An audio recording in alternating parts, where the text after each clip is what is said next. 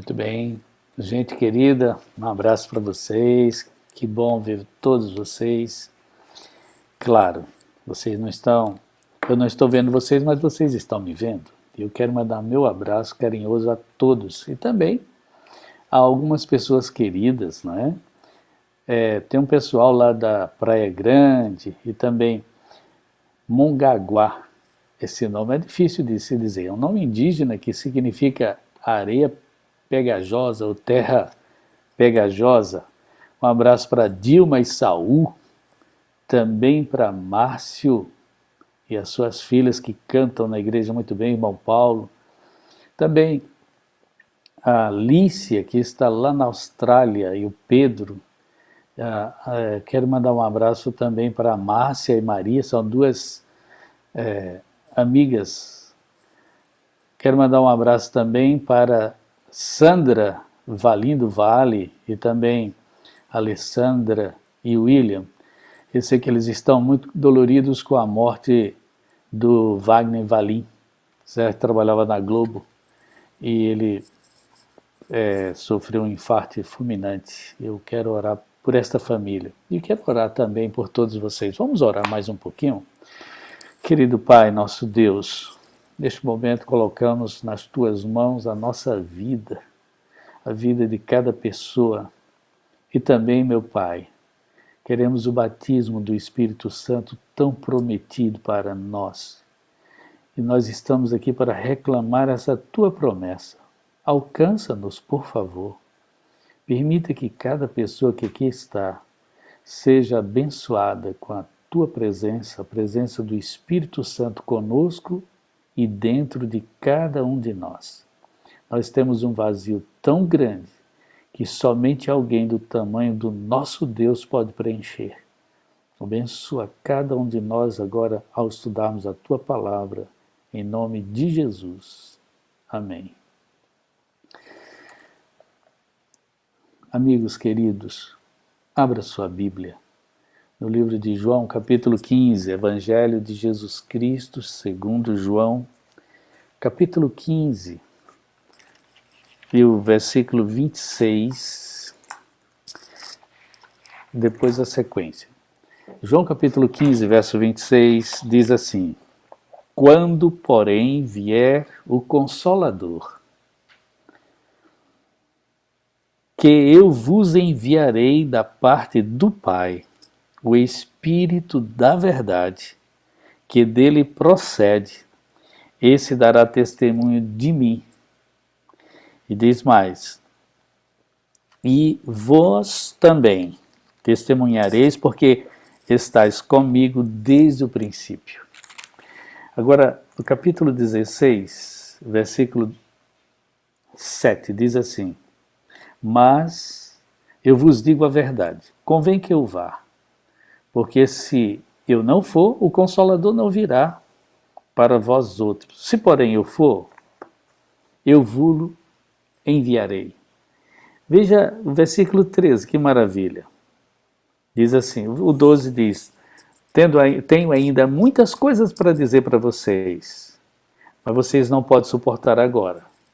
Mas quando vier, porém, o Espírito da verdade, ele vos guiará a toda a verdade, porque não falará por si mesmo, mas dirá tudo o que tiver ouvido e vos anunciará as coisas que hão de vir. Queridos amigos, o Espírito Santo de Deus já está nessa terra e ele é o nosso Consolador. Não devemos nos desesperar, porque nós precisamos ter esperança. Eu quero falar algo sobre a psicologia e a espiritualidade. Por quê? Porque nós sabemos que a humanidade hoje está muito perturbada, certo? Como eu falei ontem, segundo as pesquisas científicas, 86% dos brasileiros sofrem de algum transtorno mental ou emocional. E nós sabemos que isso é muito grande, esse índice, é um dos maiores do mundo. Qual é a solução para tudo isso? nós temos o Espírito Santo de Deus conosco. Mas o Espírito Santo também nos conduz a seres humanos para nos ajudar. E sabe, nós queremos que vocês saibam que grandes homens da Bíblia precisaram de ajuda psicológica. Até mesmo o próprio Cristo. Como é que é, pastor? Cristo precisou de terapia? Eu não estou falando terapia. Eu estou falando de ajuda de alguém, certo? Poderia ser um terapeuta. Logo no início das visões de Ellen White, a psicologia estava no seu surgimento e muita gente dizia muita coisa a respeito da psicologia. Mas assim como a verdade ela é revelada aos poucos, como uma luz que vai crescente, também o conhecimento das áreas técnicas e também na psicologia, que é uma ciência, ela também vai crescendo. Logo no início, a psicologia usava também de alguns artifícios que não eram muito válidos nem eram científicos. Por exemplo, alguns aspectos do mesmerismo, alguns aspectos do hipnotismo eram usados na psicologia. E Ellen White diz, opa, essa área, psicologia e mesmerismos, e essa área aí de hipnotismo, não é de Deus, é do diabo. E entra a palavra psicologia ali. Se você olhar no livro Mente, Caráter e Personalidade, logo na introdução, vai falar sobre isso. E muitos adventistas, ao pegar esses textos, eles não olham com simpatia para a psicologia. Só que com o desenvolvimento, né, da revelação bíblica, Ellen White e também a igreja começou a observar que a psicologia tem o seu lugar. Para você ter uma ideia, naquela época de Ellen White, a psicologia dizia que as pessoas eram avaliadas pelos seus aspectos físicos. Se tivesse o nariz maior, era uma pessoa tal. Aí declinava a personalidade e também o temperamento da pessoa. Se tivesse as orelhas um pouco maior, mais crescida, então o temperamento da pessoa era diferente assim. Então, não era científica, era baseada em aspectos físicos. E Ellen White não aprovou isso, porque Deus revelou que desse jeito não é que se faz psicologia. Porém, com o passar do tempo, Deus foi revelando algo mais. Se vocês observarem no livro Mente, Caráter e Personalidade, na página 3 e 4, a senhora White, inspirada por Deus, diz assim, olha, tratar com a mente humana é a mais bela obra em que já se ocuparam os homens. E ela diz, na página 4, tratar com a mente humana é a maior obra já confiada ao homem. Tratar com a mente. Interessante esse detalhe. Então, Mente, Caráter e Personalidade, volume 1, certo? A página 3 e 4. E logo em seguida ela vai falando que a psicologia causa grande benefício para o homem. Certo? É bom que a gente tenha isso na mente. Observe também que nós vivemos em um planeta que está acometido de algumas enfermidades. Então o homem moderno vive debaixo de opressões, de medo constante, de ansiedade, depressão. É bem possível que você, ou quem sabe a sua família, já foi acometido desses problemas. E eu quero dizer para você que muitas vezes algumas pessoas entram em desespero. E isso é natural para o ser humano. Então deixa eu dizer uma coisa muito interessante que você deve sempre lembrar. O teu cérebro trabalha sobre equilíbrio, certo? E ele segue rotinas. Se existe uma coisa que o cérebro gosta, é de rotinas. Por exemplo, ele mantém o teu coração batendo numa rotina, num ritmo, certo? O cérebro faz isso. O cérebro também mantém a sua respiração, porque ele precisa sobreviver, num ritmo constante. Ele também mantém os teus rins funcionando, tem o seu ritmo. Os movimentos peristálticos são ritmos. Então, tudo que você quiser adquirir como hábito, você tem que programar o teu cérebro para isso. E o teu cérebro é uma máquina maravilhosa, com 86 bilhões de células nervosas. Ah, você sabia que nós temos um segundo cérebro, que é o intestino? Pois é, depois do cérebro, o lugar do nosso corpo que tem mais neurônios é o nosso intestino.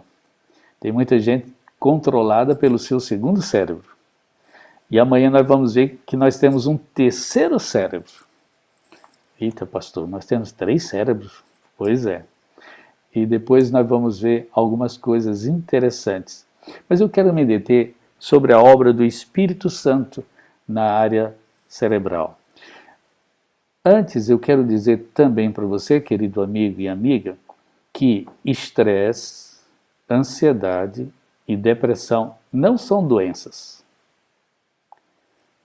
Como é que é, pastor? Você está dizendo que estresse, ansiedade e depressão não são doenças? Não. Mas o que são? Se você não tivesse estresse, você não tinha disposição para fazer alguma coisa. Se você não tivesse ansiedade, você não se preparava para alguma coisa, por exemplo, para uma prova. Se você não tivesse depressão quando você perdesse algum objeto de valor ou alguém, então você estava fora da casinha. Em outras palavras, isso não seria nada bom. Então, estresse, ansiedade e depressão não são doenças. Tá bom, mas todo mundo sabe que depressão é doença. Não, não. Eu estou dizendo que estresse, ansiedade e depressão não são doenças. E o que são? São sintomas que alguma coisa diferente está acontecendo em você, certo? Sabe quando é que a ansiedade, o estresse e a depressão passam a ser doença? Quando você perde o controle sobre isso. Quando você perde o controle sobre o estresse, sobre a ansiedade, sobre a depressão. Então, você sofrer destas coisas não são doenças. São apenas reação do corpo, certo? São apenas o seu organismo dizendo, algo não está bem. Controle as suas emoções. Mas o que eu devo fazer, pastor, para controlar essas emoções? Para agir de forma equilibrada? Aí tem algumas técnicas. Primeiro, busque em primeiro lugar o reino de Deus e a sua justiça, e todas estas coisas te serão resolvidas, serão acrescentadas. Está escrito isso na palavra de Deus, está escrito também no espírito de profecia. Busque ajuda.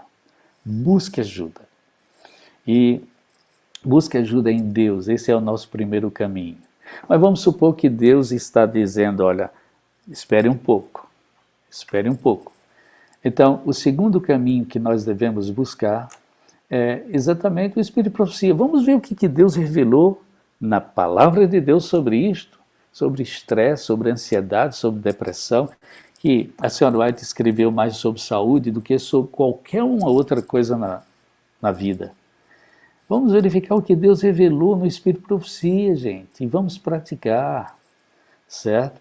Mas vamos supor que você já procurou, já leu Mente, Caráter e Personalidade, volumes 1 e 2, você leu Ciência do Bom Viver, não resolveu o seu problema?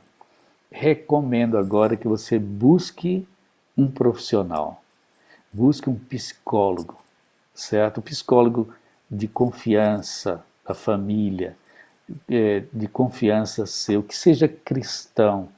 Pastor, e tem psicólogos que não são cristãos que recomendam coisas erradas? Existem, eles conhecem a parte técnica, mas não zelam muito pela parte moral, pela parte espiritual. Como é que é, pastor? Sim, os psicólogos conhecem a parte técnica, os psicanalistas conhecem a parte técnica, mas nem todos têm compromisso com a parte espiritual e com a parte moral. Claro que existe alguns psicólogos que dizem para uns casais assim, olha, vocês estão brigando desse jeito porque vocês não têm uma experiência extraconjugal.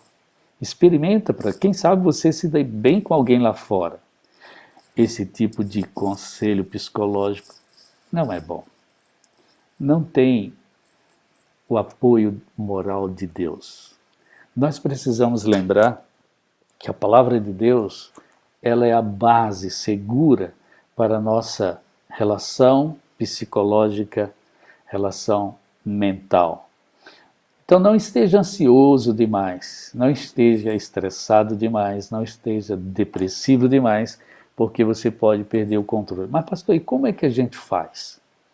Faça um contraponto da seguinte forma: quando você estiver muito estressado naquele dia, antes do dia terminar, procure fazer uma coisa muito legal para você, que você se sente muito feliz. Tá bom? Quando você tiver um estresse muito grande, você injetou muito adrenalina, noradrenalina e cortisol no seu sangue, e o teu organismo está alterado. Então, no final do dia, quem sabe, você procura fazer uma coisa legal para você, uma coisa que te deixa muito feliz, para fazer esse contraponto. É como os trilhos de uma ferrovia. Um trilho é composto de coisa muito ruim, coisa ruim que acontece na vida. Mas se você tiver no outro trilho coisa muito boa, legal e feliz, que te enche de alegria, então é assim que a gente anda, certo? Coisas ruins, coisas más, coisas ruins, coisas difíceis, coisas comprometedoras e coisas alegres, coisas felizes. Aí o cérebro diz, está tudo normal, estamos num mundo que está cheio de problemas e dificuldade, mas tem coisa ruim, tem coisa boa, então o cérebro diz, está sobre equilíbrio. Se você fizer isso, é sua autoterapia. Você vai longe desse jeito. Agora, se você estiver focado só no trilho mal, das coisas ruins que acontecem, o outro se apaga. Se você focar também só no trilho bom, das coisas boas e felizes e tal, você esquece também das suas responsabilidades, que no mundo tereis aflições e tem alguma coisa que a gente tem que fazer para melhorar. Então, o certo é, se tem alguma coisa ruim, vamos buscar uma coisa boa. Se tem um pensamento mau, ei, vamos buscar um pensamento bom. Se existe alguma coisa que está ali prejudicando, vamos atrás de uma coisa que nos dá alegria e prazer. E sabe, recomendo a Deus. Recomendo o nosso terapeuta maior. Mas e tem alguém que diz, mas pastor, eu já tenho meu psicólogo, eu já tenho meu terapeuta, é Deus. Tá bom, tudo bem. Só que Deus usa pessoas. Vamos verificar que algumas pessoas desceram de uma maneira tão profunda na depressão, na ansiedade e no estresse, que pediram para morrer. Então, alguns casos de depressão foram tão violentos que eles queriam a morte. Eu sei que vocês estão pensando em Sansão inicialmente, mas eu quero dizer também que houve Elias, Moisés, Jonas, Jeremias e o apóstolo Paulo. Todos esses passaram num profundo abismo de depressão. É isso, pastor? Você está falando de Moisés? Onde é que está escrito isso? Vamos abrir em Números capítulo 11. Números capítulo 11, versículo 13. Olha o que diz em Números, no capítulo 11. E o versículo 13 diz que houve murmuração entre o povo de Israel. Moisés acha pesado o seu cargo.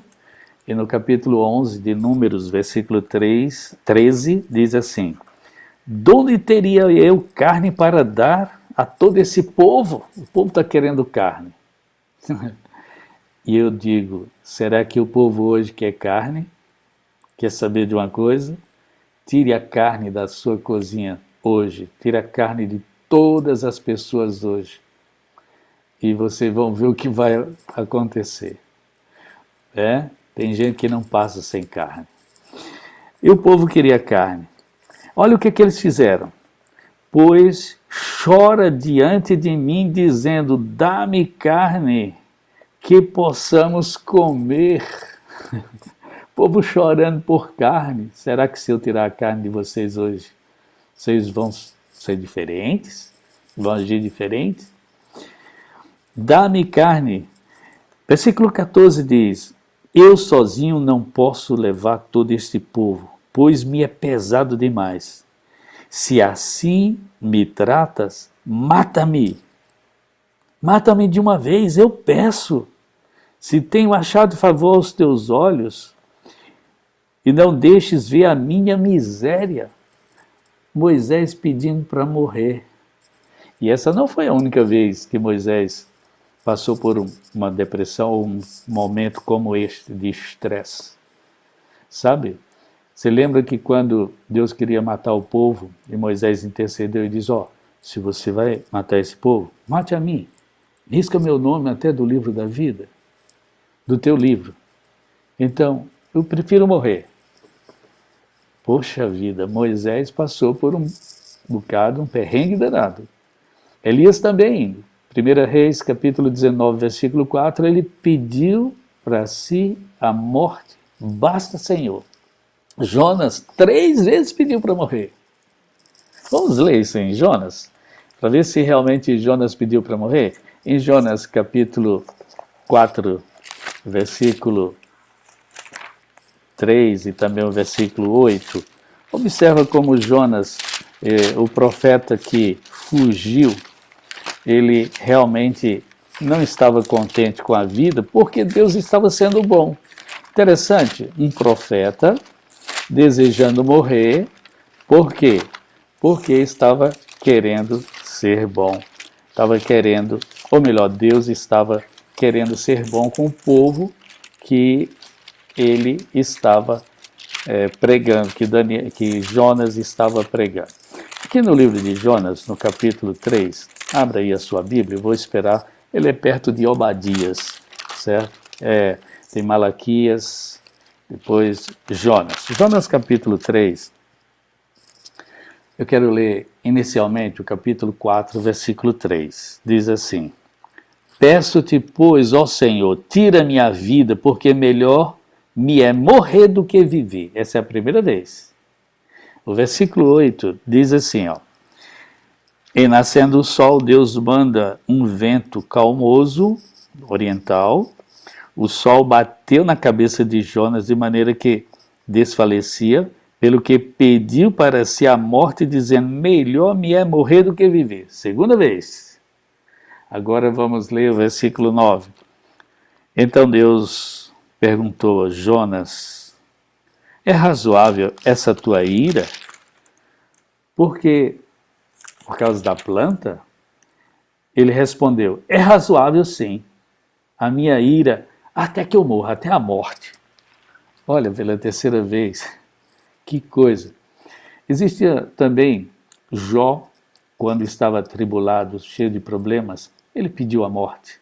No livro de Jó, capítulo 3, ele amaldiçoou o dia que nasceu. Disse: amaldiçoou esse dia. Jeremias também dizia assim: maldito o dia que eu nasci. O sofrimento causou tanto desespero e tanta angústia nele, que ele dizia: maldito o dia que eu nasci. E Paulo, o apóstolo Paulo, o grande Paulo, em 2 Coríntios capítulo 1, versículo 8, vamos ler o que está escrito lá.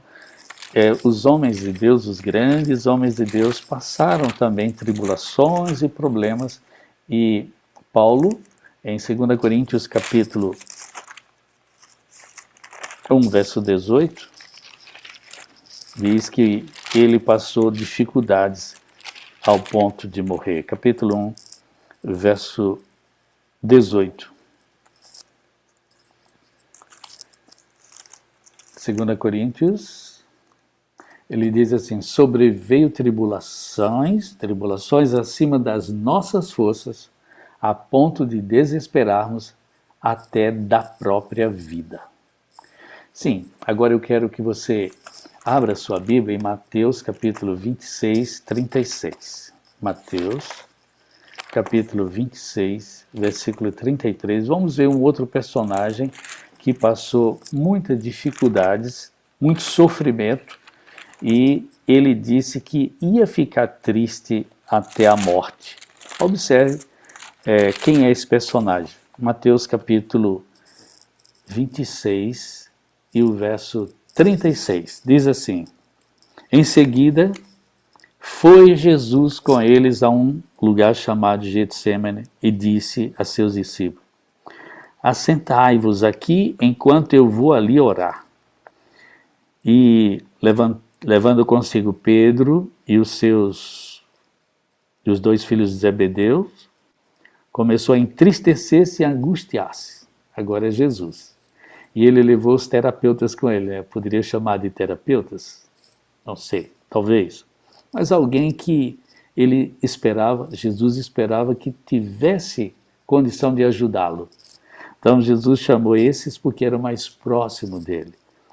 Versículo 38. Então lhes disse: a minha alma está profundamente triste até a morte. Ficai aqui e vigiai comigo. Está vendo que Jesus está pedindo ajuda? Está vendo também que no período de angústia de Jesus apareceu dois personagens para ajudá-los. Foi quem? Moisés e Elias. Apareceram como um suporte psicológico, dizendo assim: olha, vai firme, Jesus, vai firme, não desanima, você pode. E aqui Jesus está pedindo 3 vezes para os discípulos ajudá-lo. Sabe o que é isso, amigo? Sabe o que é isso, amiga? Quero dizer para você o que é psicologia. Psicologia é a ciência que cura pela fala e pelo apoio psicológico, certo? Então, quando você tiver uma dificuldade, um problema, muito estresse, quando perdeu o controle das ansiedades, perdeu o controle da depressão, ei, busque ajuda. Busque ajuda de Deus. Mas não busque somente ajuda de Deus, porque Deus pode te indicar para aquelas pessoas que podem te ajudar. Pode colocar na tua vida um Ananias para curar Paulo. Deus poderia curar Paulo quando ele foi acometido de cegueira? Poderia. Mas Deus indicou Ananias, vai lá e cura ele. Deus trabalha assim também, para mostrar que as pessoas que estão com Deus têm condição de ajudar outras pessoas. Você é uma pessoa de Deus? Você pode ajudar outras pessoas. Busque pessoas especializadas para te atender. E aqui Jesus, o próprio Jesus, está pedindo que interceda. Por um momento, vela comigo, me ajuda. E pelas 3 vezes os discípulos não ajudaram, estavam dormindo. Nosso Jesus, nosso querido Jesus, estava sofrendo, precisando de um apoio psicológico e não recebeu. Ele não teve esse apoio. Será que você tem esse apoio hoje? Será que você tem condição de procurar essa ajuda? Essa ajuda é em Deus. E essa ajuda também em profissionais que podem ajudar. Aqui nós temos muitos profissionais da área que podem ajudar, tanto psiquiatras como psicólogos. Não tenham preconceitos. Não se negue a ajuda. Não negue a ajuda de alguém, certo? Aceite essa ajuda. Porque o maior medo hoje, o maior medo das pessoas, não sei qual é o maior medo. Eu só sei de uma coisa, que nossos consultórios estão cheios de pessoas que estão com síndrome do pânico, com ansiedade exacerbada, estão com vários problemas depressivos, exatamente porque, infelizmente, não cuidaram na sua autoterapia, ou não descobriram aqueles gatilhos que o levaram a isto. E eu quero dizer para você nesta manhã, quando você identificar alguns gatilhos que estão te levando para uma depressão profunda, então, dê alguns passos. Primeiro, busque a Deus. Busque em primeiro lugar o reino de Deus. Mas não deixe se prolongar esse sofrimento. Porque Deus está dizendo, quem sabe, você precisa de ajuda de alguém que está aí algum profissional, certo? Busca também o espírito de profecia e busque um profissional cristão que pode te ajudar. Então, os profissionais vão te indicar o quê? Primeiramente, quando você vai a um psicólogo, o psicólogo faz um histórico, uma anamnese de você e também oferece algumas técnicas. E eu quero sugerir algumas técnicas quando você estiver muito nervoso, muito ansioso, certo? A primeira técnica que a gente sugere é da respiração, que todo mundo sabe fazer. Então, como é que a gente faz a técnica da respiração? A gente enche o pulmão contando de 1 até 5 e solta a respiração contando de 1 até 5 e repete isso 5 vezes. É fácil ou não é? Então, quando você estiver muito nervoso, quando estiver muito ansioso e tal, vai para um cantinho assim, se assenta, porque às vezes pode dar tontura, porque o cérebro não está acostumado com a quantidade de oxigênio, mas você pode se assentar num lugar, encher o pulmão, contando de 1 até 5, soltando, contando de 1 até 5, e repete 5 vezes e você vai se sentir muito bem, tá bom? Existem outras técnicas que a gente pode aplicar que sempre são recomendadas para que você possa melhorar. Existe a técnica braço e borboleta e outras mais que ajudam muito. Então, tire um tempo também para meditar. Meditar na natureza. Meditar sobre suas decisões. Esteja em contato com a natureza e também com pessoas de bem. Evita, nesse momento de tristeza, aquelas pessoas que são negativas, que são sempre falando de coisas más. Outra coisa que eu quero recomendar, não assistam jornais. Ah, pastor, como é que é isso? Para todos os meus pacientes eu digo, não assista jornal. Mas eu preciso estar atualizado, eu preciso... Ah, tá, então leia. É melhor escolher as notícias e ler do que assistir o jornal. Mas por que não assistir jornal?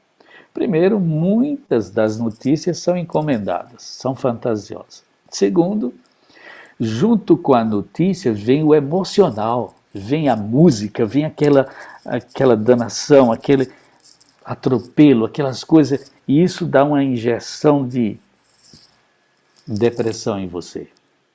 Está comprovado que essas notícias más, esses jornais que acontecem por aí, baixa a imunidade das pessoas. Altera o emocional e baixa a imunidade, certo? Cuidado com isso. Então, evita filmes violentos, séries violentas e também jornais. Você não ganha nada com jornais, só doenças.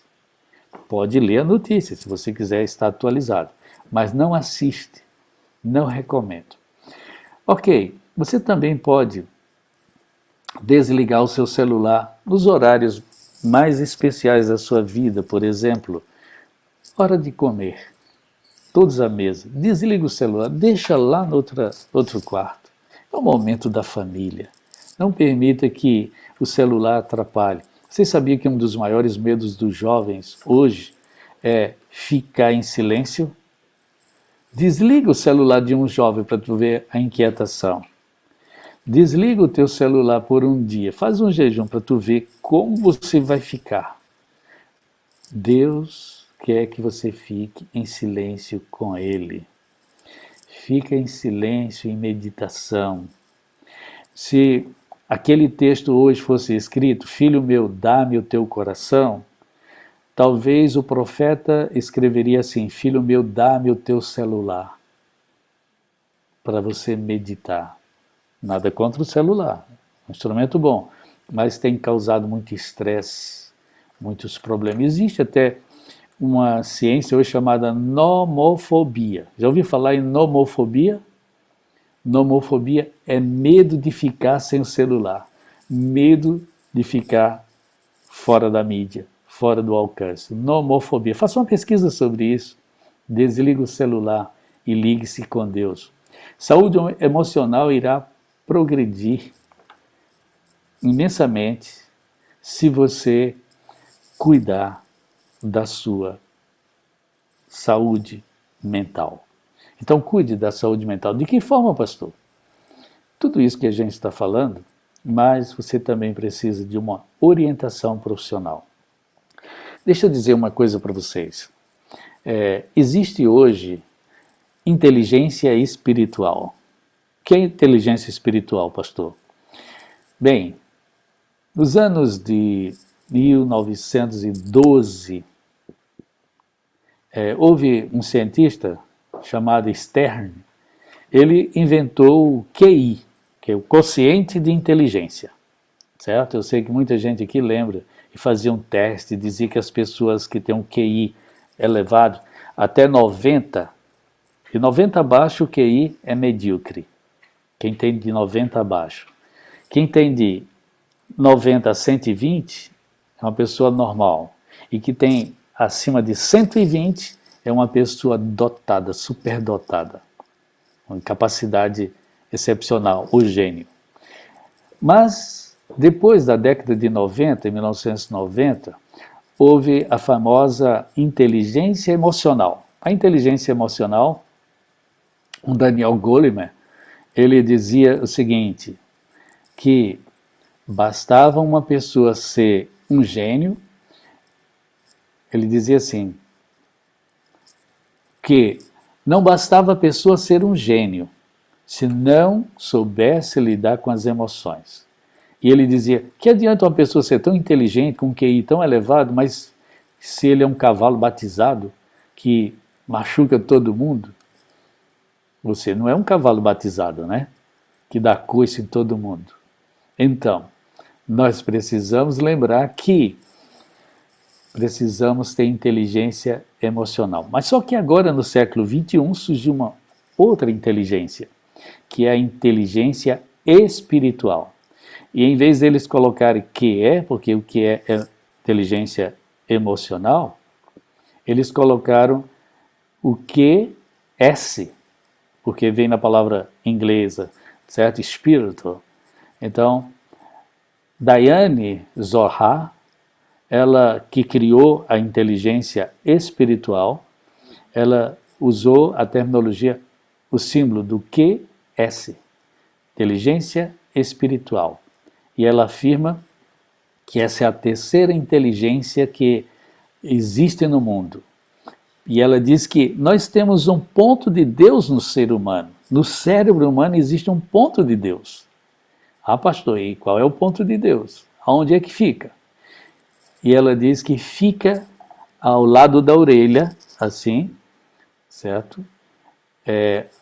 Um pouquinho acima da orelha, o lóbulo, que realmente os cientistas chamam de lóbulo frontal, lóbulo temporal, frontal não. O frontal, ele é responsável pelas nossas decisões. O córtex pré-frontal é baseado em decisões, baseado em memória de longo prazo. Você sabia que esse é o órgão que amadurece por último no nosso corpo? O córtex pré-frontal, ele só amadurece no nosso corpo após os 24 anos de idade, tanto no homem como na mulher. Todo cientista sabe disso. Então é o órgão que amadurece por último, o lóbulo pré-frontal. Mas o lóbulo temporal, os cientistas dizem que é o ponto de Deus. Por quê? Esse ponto é o ponto que está ligado à audição, está ligado à visão, está ligado ao sistema límbico. Então, o sistema límbico é onde estão as memórias mais profundas da gente, onde estão a maioria das memórias. E os cientistas dizem que este é o ponto de Deus.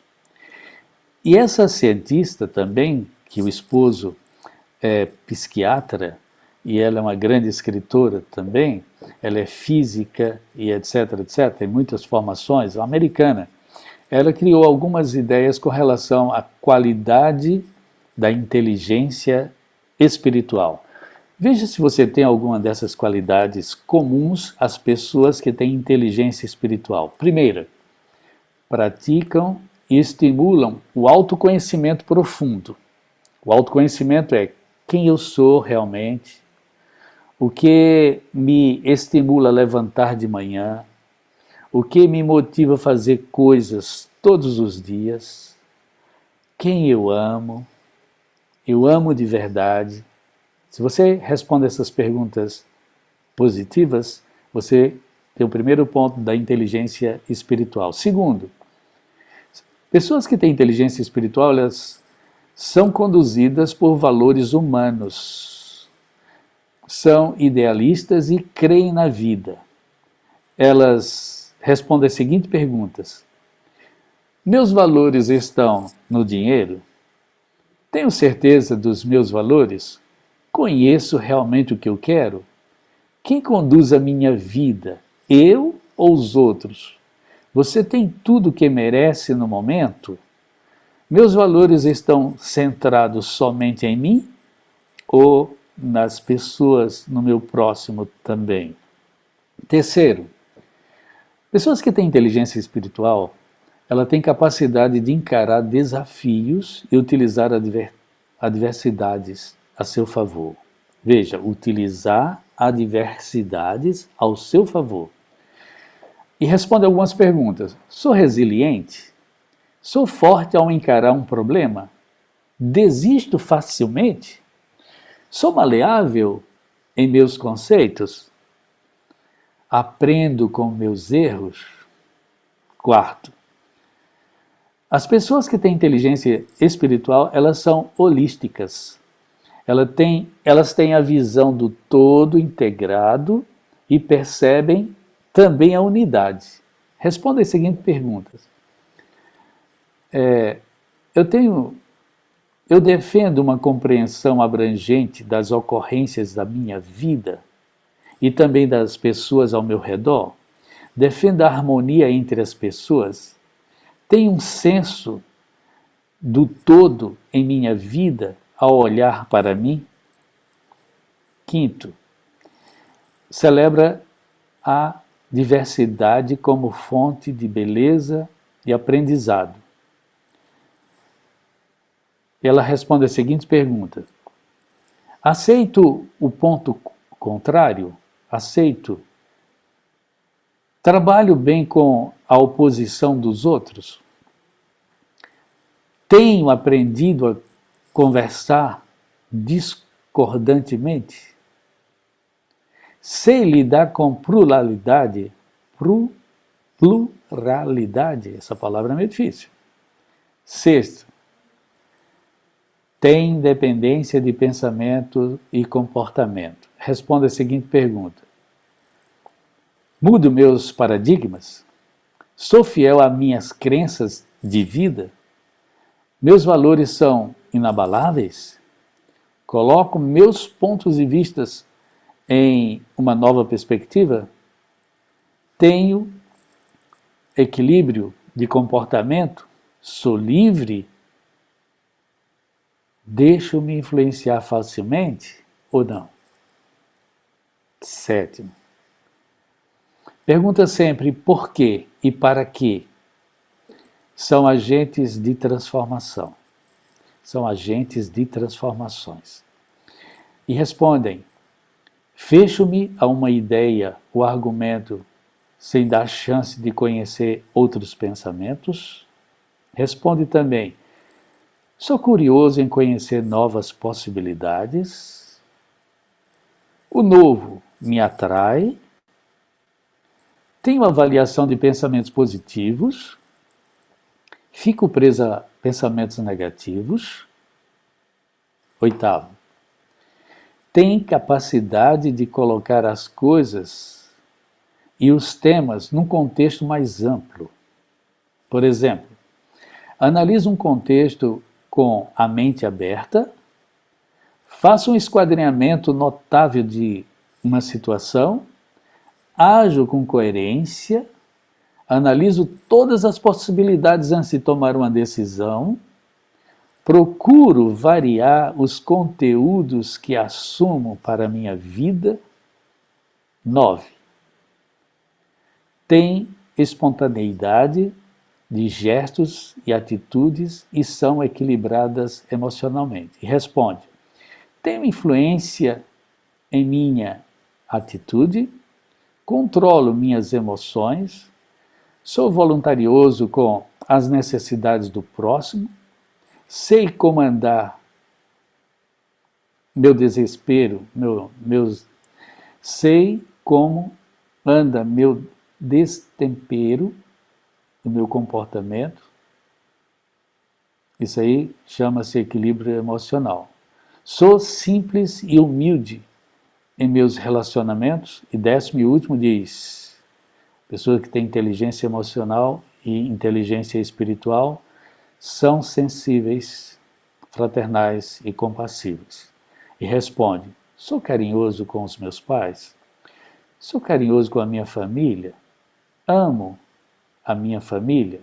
Ajudo os colegas de trabalho? Sou cordial com as pessoas? Sou compadecido com as dores alheias, empáticos? Sou sentimental com o meu cônjuge e parceiro? Vivo uma vida de ressentimento com alguns desabafos? Sou uma pessoa que perdoa? Queridos, isto é muito importante para o equilíbrio mental. Nós precisamos lembrar. E para concluir, existiu um psiquiatra chamado Viktor Frankl. Ele era médico e psiquiatra, e ele cuidava dos alemães e cuidava também de quem chegava lá, porque os médicos têm um juramento de atender todas as pessoas que realmente precisam de ajuda física para serem curadas. E ele foi levado ao campo de concentração de Auschwitz. Lá na Polônia ele foi levado para vários campos, 2 ou 3 campos de concentração. E ele notava que sofria muito, ele trabalhava muito, num frio muito grande, e trabalhava o dia inteiro. Era forçosamente obrigado a trabalhar. E sabe, ele notou que algumas pessoas morriam, muita gente morria, não aguentava, porque trabalhar o dia inteiro para ganhar apenas um prato de sopa rala, isso não é uma alimentação que sustenta uma pessoa para trabalhar o dia inteiro no frio, mas ele só tinha isso e sofreu muito. E sabe, ele notou que tinha 2 pessoas que não morriam, sofriam muito, apanhavam muito, todos morriam, mas 3 pessoas não morreram, ele e mais 2. E ele ficou curioso, ele chegou perto de um e disse, moço, eu estou notando que você está resistente, você está muito resistente, você não morreu, e eu quero saber por que você está tão resistente. E o rapaz disse assim, sabe, eu tenho uma mãe, a minha mãe está lá fora, e eu tenho esperança de sair daqui para cuidar dela, cuidar da minha mãe. Ele tinha esperança. E então ele chegou para o outro e disse, amigo, estou notando que você está muito resistente e tal, você está superando. O que te faz manter vivo? E ele disse, eu tenho uma esposa e 2 filhos lá fora. Eu vou sair dessa e vou cuidar deles. Eu tenho esperança. Queridos, a esperança os manteve vivos. E sabe de uma coisa? Mantenha firme essa esperança. A esperança na volta de Jesus. A esperança que Jesus vai voltar e vai te dar um novo céu e uma nova terra. A esperança nos dá segurança.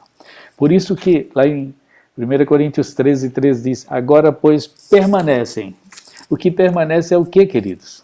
É o que é eterno. Agora pois permanecem a fé, a esperança e o amor. Viram que o amor está aí? Vocês notaram que essas 3 qualidades são qualidades de alguém que tem o batismo do Espírito Santo?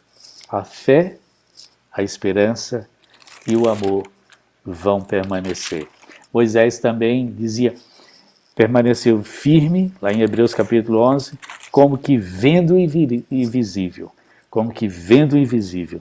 Eu estou exatamente naquele capítulo 11 de Hebreus, versículo 27, que diz, pela fé ele abandonou o Egito, não ficando amedrontado com a cólera do rei. Antes, permaneceu firme como quem vê aquele que é invisível.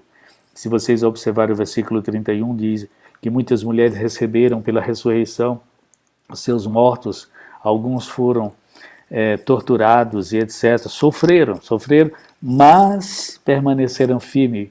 Capítulo 12, versículo 2 diz: olhando firmemente para o autor e consumador da fé, Jesus, o qual em troca da alegria que lhe estava proposta, suportou a cruz, não fazendo caso da ignomínia, e está sentado à destra do trono de Deus. Esperança que Jesus Cristo vai voltar para nos levar para o lar. Isso é a âncora da nossa vida, a âncora da nossa fé, é a âncora da saúde espiritual. Que Deus abençoe você, que Deus batize você com o Espírito Santo e faça viva essa esperança e você possa superar todos os problemas emocionais e psicológicos. Que Deus te abençoe hoje, amigo. Minha amiga, tenha esperança. Não deixe que essa chama apague. Agora, pois, permanece a fé, a esperança e o amor. Quero orar por você neste momento. Vamos orar? Querido Deus, nosso bom Pai, que bom que Tu implantaste no nosso coração a fé. Nós acreditamos, Senhor, porque Tu prometestes. Nós te agradecemos porque Tu implantaste no nosso coração a esperança. Nós te agradecemos porque Tu implantastes no nosso coração o amor verdadeiro, o amor desinteressado, a não ser pela salvação das pessoas. Abençoa cada um de nós, abençoa a sala 57 e abençoa, Senhor Deus, cada família que aqui está, que possamos um dia estar nos céus para sempre contigo. Em nome de Jesus. Amém. Amém, Senhor. Eita, glória a Deus, meu pastor. Que coisa boa, né? Que coisa boa.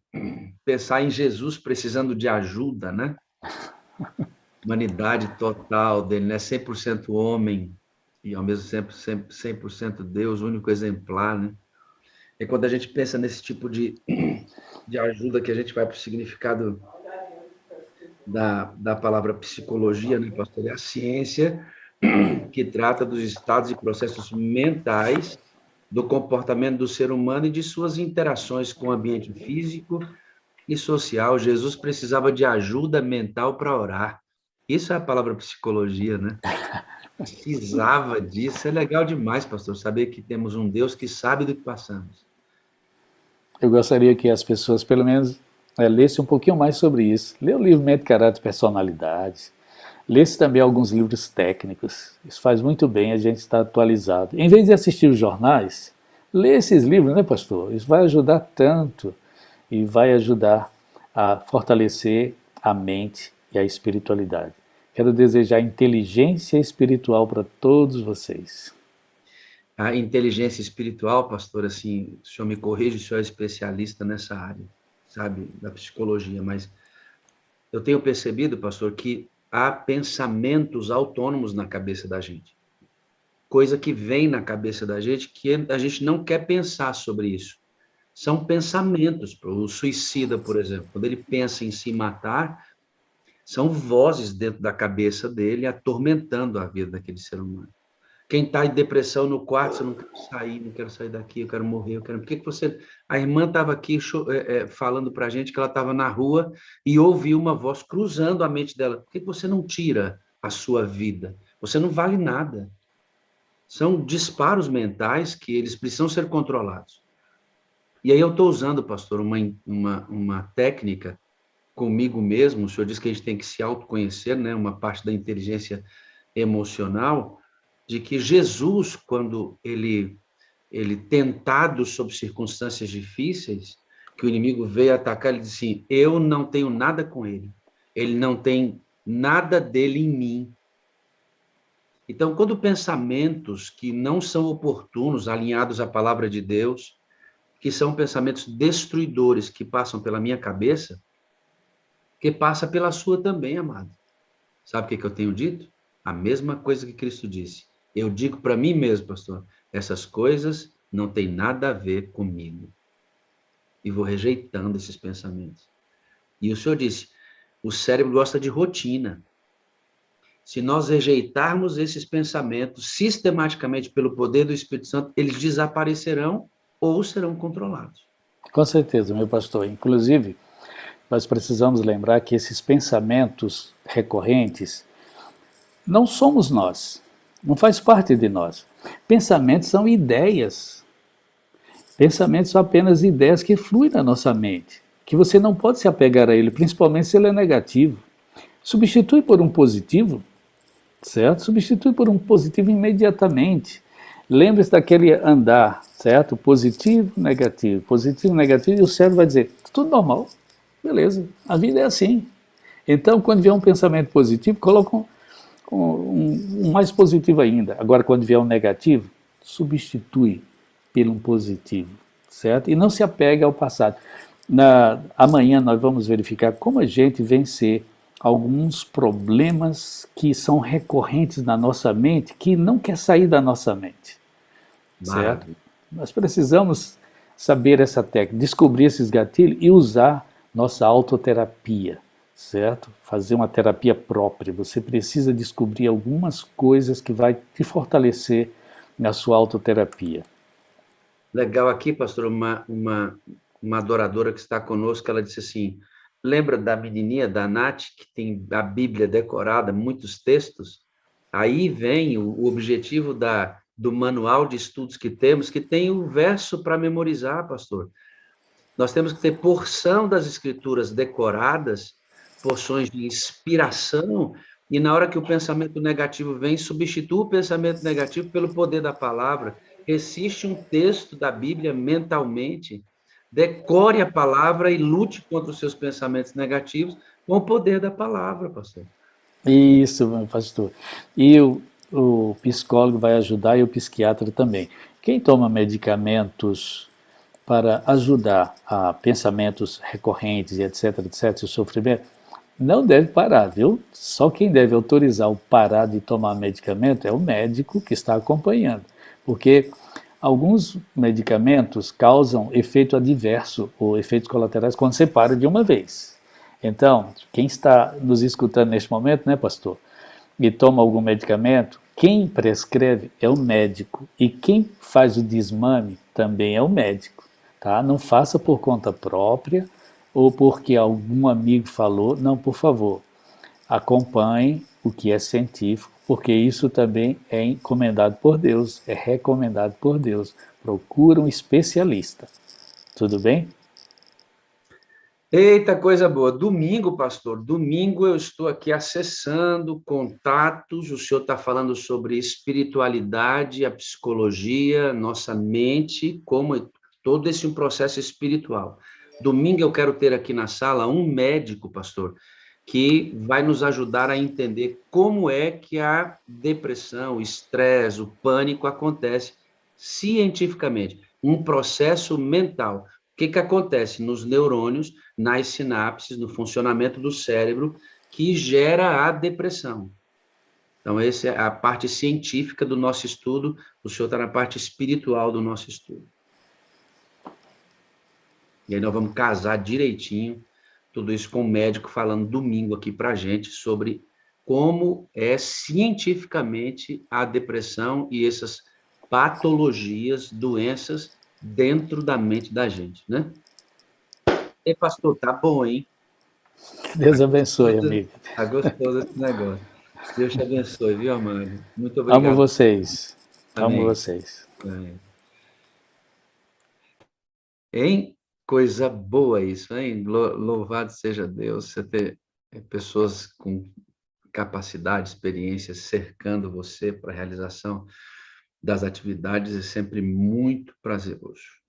Muito obrigado ao apoio de todos aí.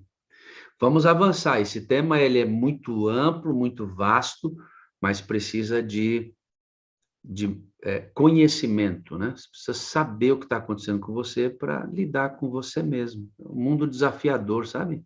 Ah, meu pai não tinha esse negócio, mas seu pai não vivia no mundo que ele vive hoje, não. Meu pai não tinha depressão, meu filho não tinha pensamento acelerado, esse negócio aqui é... Olha, eles não viviam no mundo em que vivemos hoje. Os desafios são diferentes, viu? Desafios são diferentes. Por isso, a Sala 57 trabalha 4 princípios, e eu quero que você não se esqueça deles, que é a plataforma, o caminho. Vai chamar o livro que eu vou escrever em nome de Jesus, o caminho. Vida no Espírito. Amor incondicional. Comunidade saudável.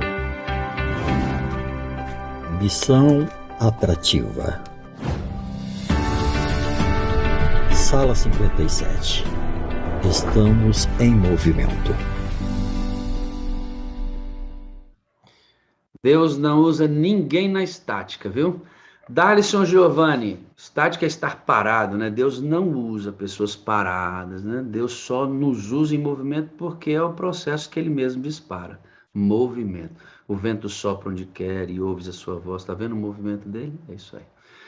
Darlison, bom dia, meu amigo. Tudo bem com você, querido? Bom dia, pastor. Tudo bem? Tudo tranquilo por aqui. Graças Mais a uma Deus. vez, muito obrigado pela sua disponibilidade de estar aqui e contar para a gente a sua experiência de retorno. Ontem vimos que ela é sua tia, se não me engano, Minha tia, sim. ela é sua tia, orou muito por você, colocou o seu nome na lista de oração aqui da Sala 57 pelos jovens que estavam afastados. Fizemos a vigília, você assistiu a vigília, e ontem vimos que parte das outras ações, igreja local, seus amigos na igreja, os sermões da igreja local, unido à influência da Sala 57, você avançou e mostrei ontem você abraçado com a sua tia, com o roupão na mão, dentro da água, sendo batizado. Coisa boa, menino, hein? Foi bom aquele batismo ali, né, Darlison? Foi muito bom, muito bom. Um momento muito especial. Não tem nem como mencionar, né? Assim, dimensionar quanto foi especial e quanto foi importante aquele momento. Glória a Deus, glória a Deus. Por isso você foi criado pela avó, né? Sua tia começou a falar ontem. E adventista desde cedo, você é adventista desde que idade, filho? Então, eu fui criado eu chamo de vó, na verdade era minha bisavó, né? É, ela, na verdade, assim, desde criança eu frequento a igreja adventista, porque além da tia Luciana, né, já me levar para a igreja, e eu tinha vizinhos também que eram adventistas, né? Havia um grupo no bairro onde eu morava e desde criança eu já frequentava esse grupo. Eram pessoas que me levavam também. Então, assim, eu estava sempre, desde criança, eu tive contato com a igreja adventista, com as atividades da igreja adventista, mas, assim, entrar mesmo na igreja, de frequentar, de participar das atividades, já, eu acho que foi ali no final de 2007, no começo de 2008, foi quando, né, estava mesmo na igreja e já me sentindo ali um adventista, mesmo sem ter me batizado ainda, né? Foi exatamente aí nesse período. Você está falando, isso aqui é importante, testemunho do Giovanni, me sentindo adventista. Eu quero que você pegue esta frase e você vai ver a importância do ambiente para a formação, amadurecimento e para manutenção do crente no corpo de Cristo. Ambiente, ambiente. O mesmo ambiente da igreja. Eu vou pregar aqui um sermão que eu fiz, me lembrei agora, chamado Igreja Estufa. Preguei isso no início da sala, eu vou pregar novamente.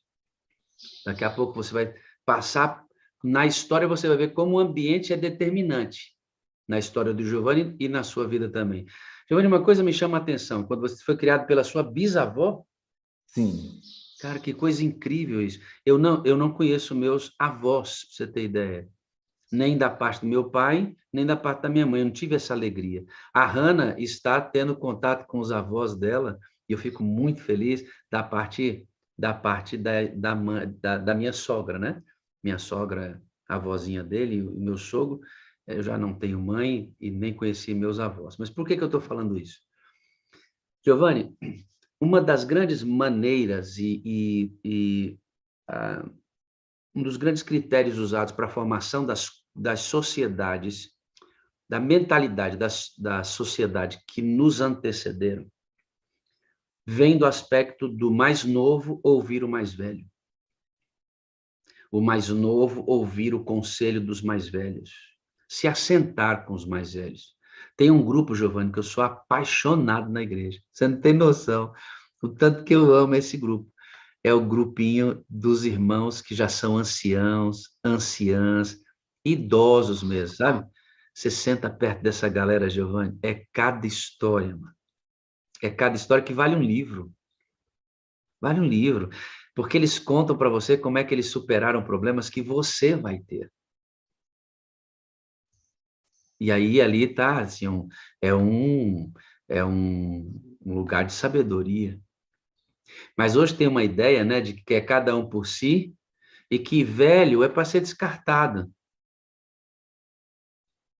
No Oriente, as pessoas, quanto mais velhas, mais sábias são. No Brasil, cultura nossa, que é terrível, quanto mais velho, mais descartável. Querido, deixa eu falar para você. Sendo essa pessoa cristão e equilibrado, amigo, pare para ouvir os mais velhos. Ali tem histórias que valem livros inteiros, conselhos que valem consultas médicas. Se você ouvir os seus pais, se você ouvir os homens e mulheres de larga experiência. Por que que eu, pastor Wagner, tenho pastores aqui, ó, que são muito mais experientes que eu, e eu muitas vezes não dou um passo sem perguntar para eles, porque eu não sou tolo. Eu não sou tolo. Eles são mais experientes que eu e muito, sabem muito mais do que eu. Por isso eu me aconselho sempre com eles. Parabéns, viu? Você tem uma bisavó, ter sido criada por ela, muito embora você não tenha tido a sua mãe, é um privilégio você ter essa geração perto de você. Você fez parte do Caleb quando entrou, se batizou, já foi Caleb, você se tornou pregador, você entrou jogando duro no reino, né? Foi, eu tive uma experiência muito boa assim que eu entrei na igreja, porque mesmo antes de me batizar, eu já estava participando assim de uma série de atividades, né? Fui desbravador, participei da Missão Caleb, que era uma coisa que assim foi bem transformadora na minha vida também. E mesmo, né, após o batismo, eu sempre gostei muito de pregar, né? Até porque eu gosto muito de conversar, de discutir e tal. E também de outras atividades. Eu fui comportor na igreja, assim, atividades, até mesmo de cunho evangelístico no sentido de trabalhar, né? Tendo cargos na igreja, de ser diretor de jovens. A gente teve um período, né, que eu mudei de bairro, e aí eu acabei mudando, né? Fui frequentar a igreja adventista de outro bairro. E nesse mesmo período coincidiu que eu estava... que começou um grupo, né, num bairro vizinho, e a gente, que a gente chama aqui de Vila da Guia, né, que foi um bairro que a gente não tinha ainda uma igreja adventista. Nessa época eu fui convidado a ajudar a equipe a montar esse grupo, né, já tinha algumas pessoas que já estavam recebendo estudo bíblico, e aí foi um período também muito importante, né, porque eu vi todo ali o início, sabe, da formação ali da igreja, de ter participado, de ter pregado para aquelas pessoas, de ter cantado, de ter, enfim, de ter participado de todas as atividades. Então foi... Espera aí um pouquinho, acho que eu estou ficando confuso. Quantos anos tu tem? Eu tenho 28 anos. Misé já fez tudo isso? Já. Glória a Deus. Já fez tudo. Irmão, é o seguinte, a gente pode fazer muito em pouco tempo, sabia, irmãos? A gente pode fazer muito em pouco tempo, querido. É só ter vontade de se deixar usar por Deus. A Cacilda é psicóloga. Olha, Cacilda, você tá aí lindinha, fofinha. Deve estar vibrando com as mensagens do pastor Abdoral, doida para participar também, né? Que as ideias fervem aqui dentro. Eu estou querendo fazer um painel só com psicólogos aqui para perguntas específicas, vai ser legal também. Então, quer dizer que tu já fez tudo isso, menina? Tu é novo e porque tu entrou acelerado, né? A gente, quando quer, é usado com velocidade, irmãos. Deus gosta de... O pastor Salomão foi um mestre para mim, e é meu amigo agora, distrital ao meu lado aqui, ele disse assim, apressa-te lentamente. Esse antagonismo, né? De fazer as coisas bem feitas, mas elas têm que ser aceleradas, porque o reino de Deus está esperando a sua Gente, né? participação, né? É urgência, né? Apressa-te lentamente, ou seja, faz tudo muito bem feito, mas, ó, acelerado, né? E você entrou nessa, né? Pegou o barco, engatou a quinta e vamos embora. Até pelo fato, assim, de eu estar muito cercado de outros jovens que também eram muito ativos na igreja, né? Essa mudança que eu tive de ir para, né, frequentar a igreja adventista de outro bairro, era uma igreja que também tinha muitos jovens, era uma igreja praticamente gerida ali apenas por jovens, então, assim, era aquele estímulo que eu via deles, né, trabalhando e pessoas que já tinham, inclusive, nascidos, né, como a gente menciona, nascidos num lar adventista, então, ao mesmo tempo, foi aquele estímulo para mim de participar dessas atividades, né, de ter essa experiência completa. Então, assim, cada atividade dessa na igreja, eu tenho muitas boas memórias e, de certa forma, ela foi muito importante nesse meu processo de desenvolvimento e crescimento espiritual durante essa época, né, porque, ao mesmo tempo que eu tinha o meu contato pessoal com Deus, a minha meditação, o meu momento íntimo ali com Deus, mas, assim, o fato de estar participando de atividades, tendo contato com outras pessoas, tendo a possibilidade de pregar o evangelho para pessoas né, de outros lugares e de falar de Deus, ao mesmo tempo era aquele, né, eu via as pessoas fazendo, era um estímulo ver as pessoas fazendo e era um estímulo fazer também. Né? Era uma coisa assim, eu participava daquela atividade, a gente encerrava a Missão Caleb, mas eu já ficava pensando, poxa, eu já quero ter essa oportunidade de novo, já quero poder participar dessa atividade, então, ao mesmo tempo, era aquele estímulo que puxava outro estímulo e era algo muito bom.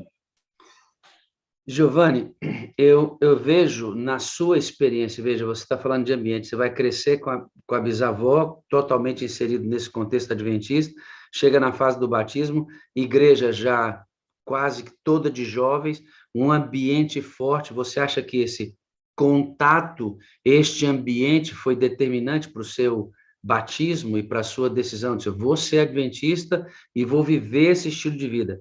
Este ambiente aquecido foi importante para a sua decisão? Com certeza. O que eu menciono, o que eu sempre digo é que é exatamente como você falou, é ambiente, né? Então, assim, eu estar inserido num meio, né? Num ciclo de pessoas que, de certa forma, estimula você aquela vida em comunhão com Cristo, né? Aquela vida cristã. Então, assim, o fato de eu estar inserido nesse ambiente, nesse meio, ele foi muito determinante, porque ao mesmo tempo, mesmo quando eu não era batizado, né, e eu só ia mesmo para a igreja e participava de algumas atividades, eu sempre pensava, eu via as pessoas já batizadas, por exemplo, pregando, ou mesmo realizando outras atividades, então aquilo ali era meio que um modelo, né? Eu pensava, não, eu quero ser batizado porque eu quero realizar essa atividade, eu quero ser batizado porque um dia eu quero estar ali no púlpito, eu quero poder ter a oportunidade de falar de Deus para as pessoas na igreja, então, ao mesmo tempo, o ambiente ele foi algo muito importante, né? Porque eu tinha já essa vontade determinada na minha cabeça e ela se intensificava à medida que eu estava inserido nesse meio, à medida que eu observava as pessoas, né, realizando essas atividades. Então, assim, para quem e eu sou uma pessoa muito ativa, assim, eu sempre gostei de participar, na medida do possível, é claro, das atividades que eu tinha vontade de fazer. Então, ter essa base, né, ao mesmo tempo que eu tinha em casa, assim, na minha família, né, a tia Luciana, meu tio, meus primos, que já eram adventistas, e ao mesmo tempo no ciclo que eu tinha mesmo de amigos que eu desenvolvi dentro da igreja. Então, ter aquela oportunidade de ver aquilo sendo realizado por uma pessoa, né, por pessoas da igreja, era o estímulo que me puxava também a querer fazer aquilo, né, a querer ser um adventista ativo, né, que pregasse o evangelho, enfim. Eu e o Darlison, o Giovanni, estamos falando para milhares de líderes de igreja. Imagina, isso é uma escola. Aqui é um treinamento diário. Nossa ideia é sugerir melhoras no nosso processo, que já é bom, evidentemente. Mas vejam, queridos, a igreja física precisa de ambiente. Eu sou pastor de igrejas físicas. E se você perguntar se a minha igreja física é igual à Sala 57, não é. Mas não parece desconectado, pastor? O senhor é o pastor gestor da sala e suas igrejas físicas não vivem a mesma experiência com tanta intensidade? É porque não é a mesma coisa. A Sala 57, nós temos, por semana, 15 horas de treinamento. Eu tenho com minha igreja 1 hora a cada 2 sábados. 1 hora a cada 2 meses. Porque eu tenho 6 igrejas. 6. Significa que para eu pregar numa outra igreja sábado, eu uso 1 mês e 2 semanas. E quando eu vou nessa congregação, passo com ela 1 hora no máximo. Imagina, de 2 em 2 meses. Aqui eu passo 15 horas com você. Então, obviamente, pela intensidade do contato, os resultados são diferentes, por mais que eu tente encurtar espaço no distrito físico, é um grande desafio. Agora, ambiente. Eu entendo que, e converso com os meus líderes, no culto da igreja física, é necessário ter ambiente. E, Giovanni, eu vou chamar isso daqui a pouquinho no seu testemunho, talvez você não tenha se atinado para isso e vai perceber o que eu vou lhe dizer com muita importância. Salete Heiser está ali prestando atenção. Salete, veja se não tem sentido isso que a gente vai conversar aqui agora. No nosso culto, nós temos um culto basicamente cognitivo. Nós chamamos as crianças para onde? Salinhas. E o que ela vai receber? A aula das professoras. Quando entramos na igreja, cantamos o hino, vamos para onde? Lição de escola sabatina, cognitivo. Depois que termina a lição, cantamos o hino e depois vamos para onde? Vamos para onde? Cognitivo, outro sermão. Onde é que estão as nossas experiências? Quando é que o nosso culto na igreja física contempla a experiência, ou seja, o resultado da adoração, o resultado da busca pessoal, aonde é que nós constatamos que Deus está operando milagres? Se não há nenhuma parte experiencial nos cultos que nós realizamos. Escute uma coisa, você que está me ouvindo aqui. Faça a conta dos cultos que você assistiu com a irmã Maria, nome fictício, com a irmã Maria, olhando na nuca dela, sentada à sua frente, sem que você tenha sequer falado com a irmã Maria naquele culto, abraçado a irmã Maria, conversado com ela, sentido a presença dela. Quantos cultos você olhou muitos irmãos da sua igreja apenas por trás, a nuca enquanto ele adorava com você, a parte traseira da cabeça, e não passou disso o seu contato sabático com essa pessoa? Me diga, é assim ou não é? É assim ou não é? Amigo, você acha mesmo que esse ambiente frio vai nos sustentar na fé para lutar contra o ambiente aquecido que Satanás faz para tirar a gente da igreja? Temos que melhorar muito. Temos que melhorar muito. Temos que melhorar muito. Pense nisso, você que é líder de igreja. Dalisson, você batizou e você permaneceu na igreja quanto tempo, filho? Pastor, mais ou menos uns 3 anos. Firme. Pós-batismo. Pós-batismo. Conhece desde cedo, mas batizado 3 anos. Sim. Começou a acontecer um processo de desligamento seu. Você sai da igreja, passa 10 anos fora, não é isso? Sim, 10 anos. Passa 10 anos fora. 10 anos correndo risco de morte. Olha só. 10 anos. Eu passei 6. Quando você estava na igreja, quais foram os fatores que você hoje, já mais maduro, percebeu que contribuíram para o seu desligamento de Cristo e do corpo dele. O que você identificou hoje que provocou isso? Então, eu acredito muito. É assim, na época em si, eu via muito o fato de terem acontecido coisas assim na minha vida mesmo pessoal, né? Enfim, aquelas coisas que vão te abalando ali psicologicamente, você vai se sentindo mal porque vai acontecendo aquilo ali. Eu vivenciei muitas coisas assim um pouco ruins no meu contexto familiar, pessoal.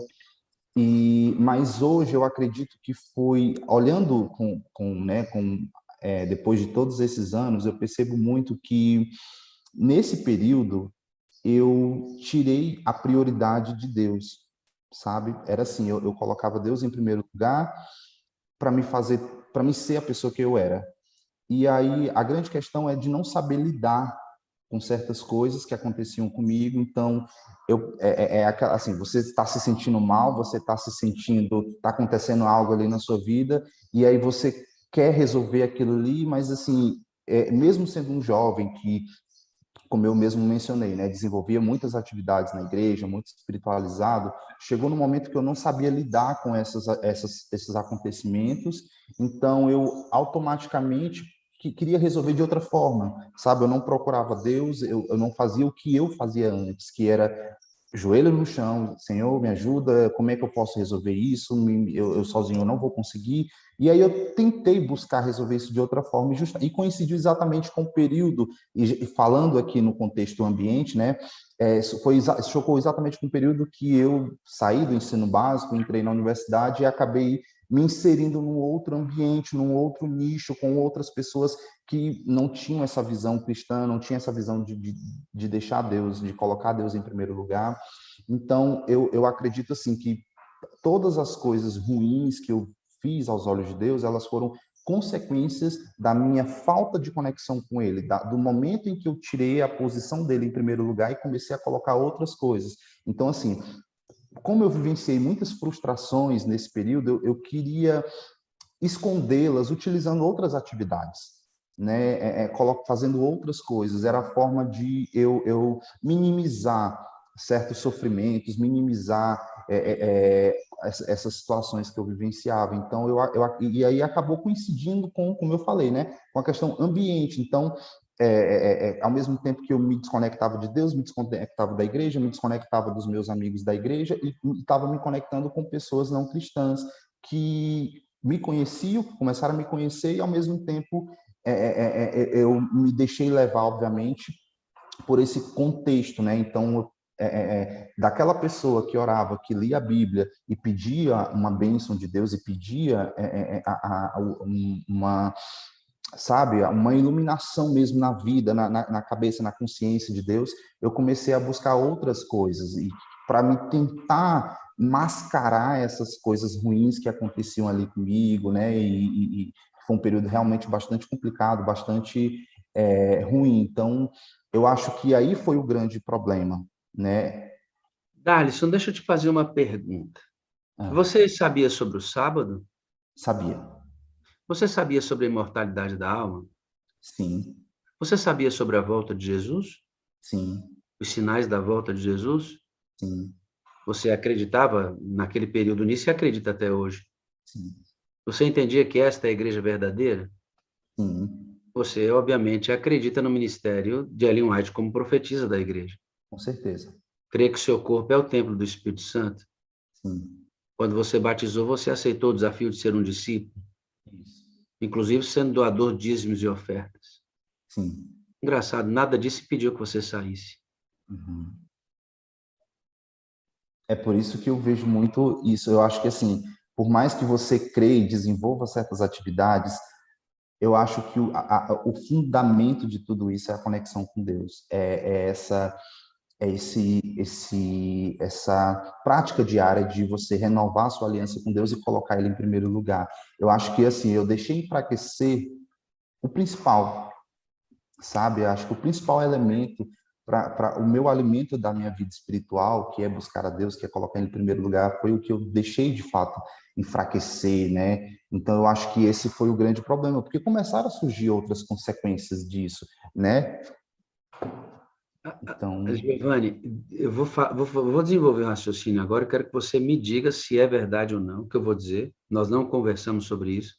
uhum, Mas veja, quando você vem para a igreja, filho, nota-se claramente que você é inserido no seio da igreja, como a gente faz com todo novo converso. A gente começa a perceber suas habilidades. Se você canta, eu coloco para cantar. Se você é um jovem comunicativo, eu coloco você para a liderança jovem. Se você tem habilidade com crianças, e aí a gente vai colocando você aonde as suas características ajudam na execução das atividades da igreja.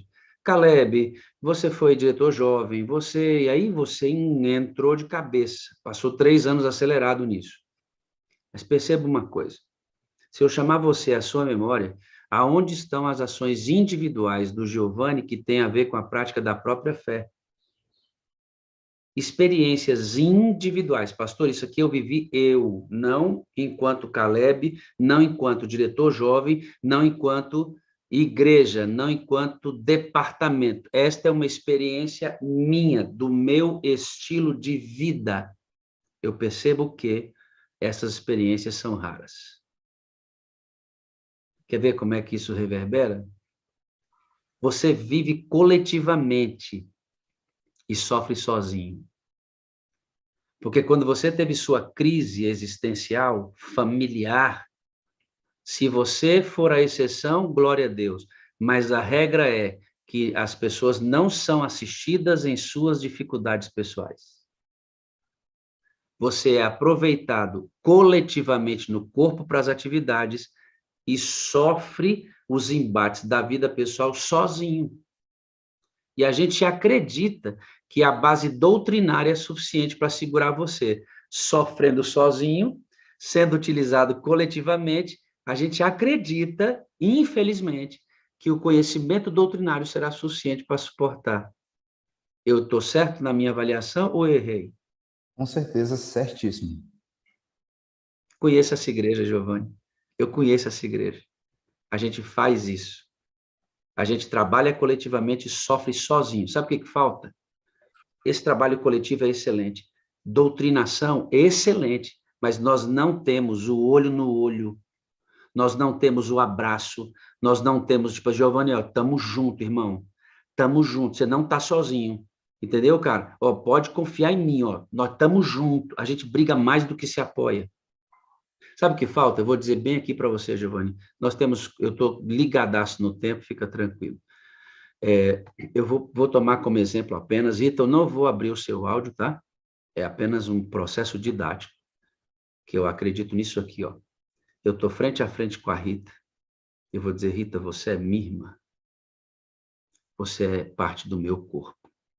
Eu não vivo sem você e você não vive sem mim, Rita.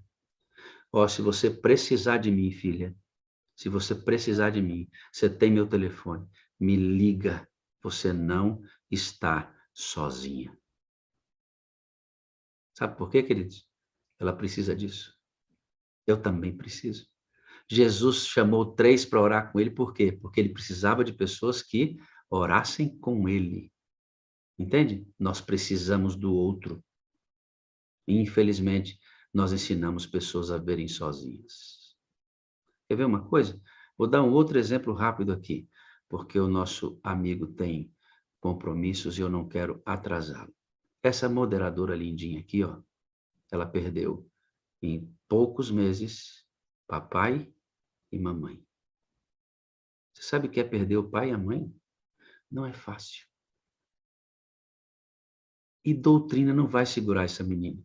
Saber que o sábado é verdade, saber que Jesus vai voltar, tudo isso é um ambiente coletivo, tudo isso é um ambiente cognitivo. Ela precisa ser abraçada, ela precisa ser amada, ela precisa ser vista e saber que não está sozinha, que a dor dela é sentida por nós de alguma maneira. Querido, se isso não acontecer, se o olho no olho na igreja não acontecer, a gente não consegue segurar os irmãos na igreja e nem mesmo ficar com eles. Eu estou certo, minha moderadora lindinha? Eu tenho certeza que os abraços que você recebeu da sala, as ligações, os áudios, fortalecem você todo dia. Fala pra gente aí, como é que tem sido isso? Com certeza, pastor, não tem outra explicação. Eu estar forte, tem horas que eu penso, meu Deus, como que eu vou aguentar? E aí o Espírito Santo manda alguém me mandar uma mensagem, alguém me ligar, os moderadores fazem reunião, me abraçam, o pastor Wagner, algum outro pastor me liga, os amigos daqui, muitos da sala 57, alguns não, mas esse suporte espiritual, emocional é o que tem feito a diferença.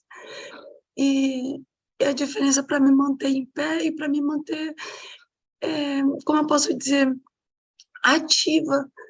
O inimigo, ele usa tudo para desanimar a gente. E Deus, ao contrário, está gritando o tempo todo, aguenta, continua. Né? Você vai ter o teu tempo de luto, de repouso, mas continua, porque tem pessoas que estão morrendo sem saber da salvação que é em Cristo.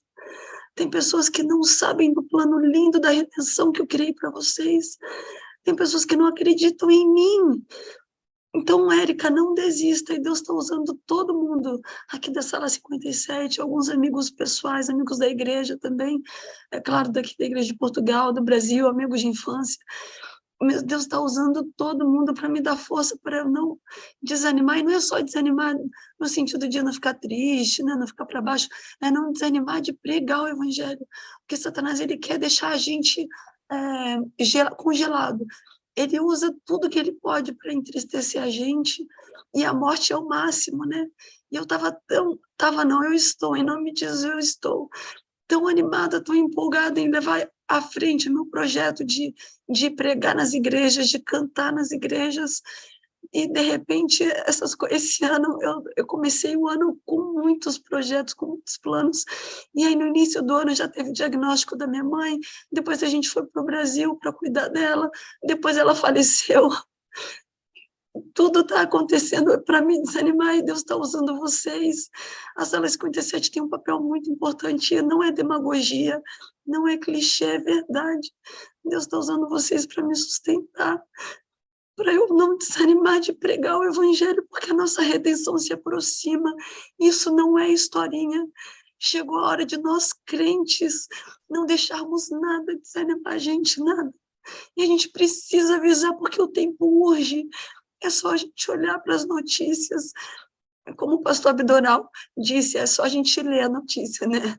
Não vamos ficar assistindo, porque isso também desanima. Mas quando a gente olha para o que está acontecendo no mundo, a gente vê claramente que vai ser rápido, a nossa redenção se aproxima e a gente tem pouco tempo. Glórias a Deus, pastor Wagner, mais uma vez pela sua vida. Glórias a Deus pela vida de cada quadradinho aqui. Eu não sei o nome de todo mundo, e nem de todo mundo que está me mandando mensagem, ainda tem mensagem que eu não respondi. Eu estou recebendo tanta mensagem. Eu quero dar agora para o Giovanni a oportunidade, Giovanni, de você fazer pela Érica, talvez o que você não recebeu na sua crise pessoal, que hoje tem ajudado a sustentar Érica. Eu queria que você orasse por ela. Ela perdeu a mamãe primeiro e depois perdeu o papai, assim, em pouco espaço de tempo. Pode orar por ela, filho? Sim. Oremos. Santo e maravilhoso Deus, nós te agradecemos por mais uma oportunidade de estarmos aqui juntos em teu nome, e ter essa oportunidade de abrirmos o nosso coração, compartilharmos um pouco da nossa vida, compartilharmos um pouco de alguns desses momentos, algumas vezes bons, algumas vezes ruins, mas que a gente sabe que faz parte disso. Mas neste exato momento, eu queria te pedir uma bênção super especial sobre a Érica, sobre a sua vida, sobre a sua jornada, né, na fé, que o Senhor venha consolar o coração dela a cada dia, que o Senhor venha implantar a felicidade, a alegria, o estímulo dela continuar firme na fé e alegre para desenvolver as suas atividades, para desenvolver os seus projetos. A gente sabe que não é fácil perder uma pessoa querida, ainda mais um pai, uma mãe, mas eu te peço uma bênção especial sobre ela, sobre a família dela, e que a vida dela venha a ser um modelo, Senhor, de Ti, que ela, mesmo sem falar, mesmo sendo ela mesma, ela venha a ser o reflexo de Ti, Senhor, para as pessoas que tiverem contato com ela, para as pessoas que estiverem, né, no dia a dia dela. Então, eu te peço uma bênção super especial sobre ela. Venha ser com a sua vida, venha ser com a sua família, com a sua saúde, que o Senhor venha cada vez mais potencializar essa alegria dela, né, e esse estímulo de poder pregar o evangelho, mas ao mesmo tempo eu te peço que o Senhor venha consolar o seu coração. Só tu, Senhor, sabe às vezes as nossas dores ali individuais, o que a gente passa, o que muitas vezes, né, a nossa própria família às vezes não vê, mas eu te peço que o Senhor venha abençoá-la, venha guiar a vida dela, venha afastar essa influência que às vezes o inimigo ele quer colocar na nossa vida, ele quer nos desamparar, ele quer tirar essa nossa felicidade, essa nossa alegria. Eu te peço que o Senhor venha colocar a tua mão poderosa sobre ela, venha agir na vida dela de uma maneira muito intensa, Senhor. Derrame tua chuva de bênçãos sobre a vida dela, eu te peço, neste exato momento, em nome do Senhor Jesus. Amém. Amo você, Érica. Deus te abençoe ricamente, filha. Ricamente. Filho, se alguém tivesse feito isso com você mais próximo, na fase crítica que você teve, talvez você não tivesse saído. Eu acredito nisso. Porque nós vivemos coletivamente, sofremos sozinhos. Isso tem que acabar, irmão. A gente tem que se alegrar junto, tem que sofrer junto, sabe? É um corpo que dói. Nos últimos minutos do nosso testemunho, Alisson, Giovanni, e você sofreu influência de amigos da igreja local, eu sei, para você conseguir se rebatizar, sua tia orou por você. Você é fruto das orações que antecederam a vigília para os jovens, você assistiu àquela vigília. Eu queria que você me dissesse, você não frequentava a sala com assiduidade, hoje você é assíduo na sala, vê com frequência, graças a Deus. Como foi que a sala 57, por que eu estou perguntando da sala? Não é para enaltecer a sala, eu sei que há outros lugares, outros segmentos de influência, mas me interessa saber, para quem está nos ouvindo aqui, como a sala produz o resultado no coração de quem entra aqui. Como é que a sala te ajudou a tomar a decisão pelo seu rebatismo? Bom, na verdade, eu acho que a primeira vez na minha vida que eu pensei em voltar, né, para Jesus e estar na igreja foi no falecimento da minha bisavó, né, que é essa que me criou, que eu vivi, enfim, que era uma mãe para mim, que sempre foi. Então, mas assim, é aquela coisa difícil, né, o coração ainda fica um pouco duro ali, às vezes é uma coisa que você pensa, você ora ali a Deus, você pede, mas ao mesmo tempo você pensa nas consequências, porque toda decisão, mesmo de voltar para Deus, ela tem consequências, né? Então, assim, eu de fato, durante esse período que eu estive afastado, eu não tive muito contato com pessoas da igreja. Algumas poucas pessoas realmente falaram comigo, vieram conversar e tudo.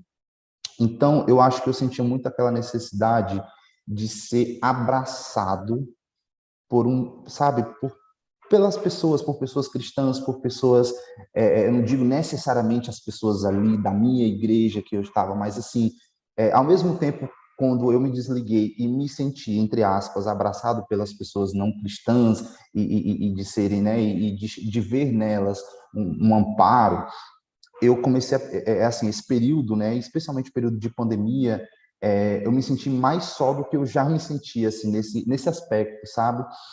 E eu não tinha essa oportunidade de, por exemplo, poder estar aqui conversando sobre isso, de poder ouvir testemunho de pessoas que passaram por diversas situações e como elas souberam lidar com essas situações. Então, eu pedia muito a Deus, Senhor, eu preciso me reconectar contigo e eu vou tentar isso de todas as formas, mas eu te peço que o Senhor me envie pessoas também que eu possa me sentir acolhido, que eu possa me sentir abraçado, né?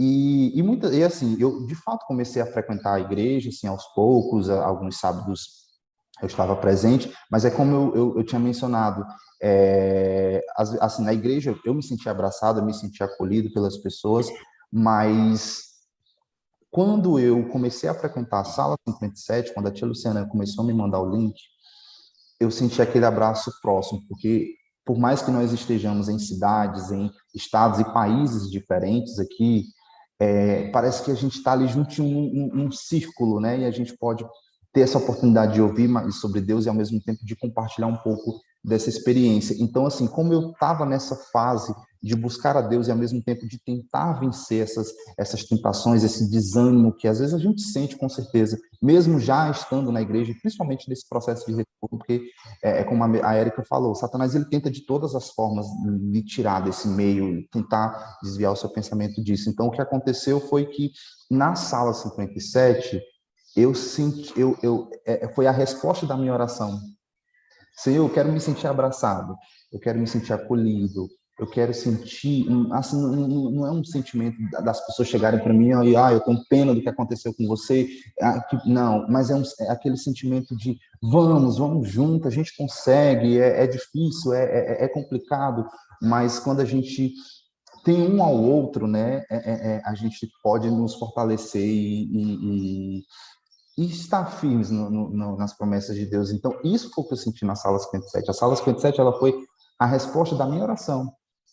Sabe, o que eu não senti durante esse período, eu senti aqui. Então, de início, obviamente, acho que, né, para algumas pessoas também, talvez seja um pouco estranho. Você pensa, nossa, começa às 5 horas da manhã, 5 horas da manhã é um horário que você quer estar dormindo ainda para realizar suas atividades diárias, mas aí eu preciso me concentrar, eu estou gostando de participar, eu estou gostando de ouvir o que eu estou ouvindo, eu estou gostando de ver o que eu estou vendo.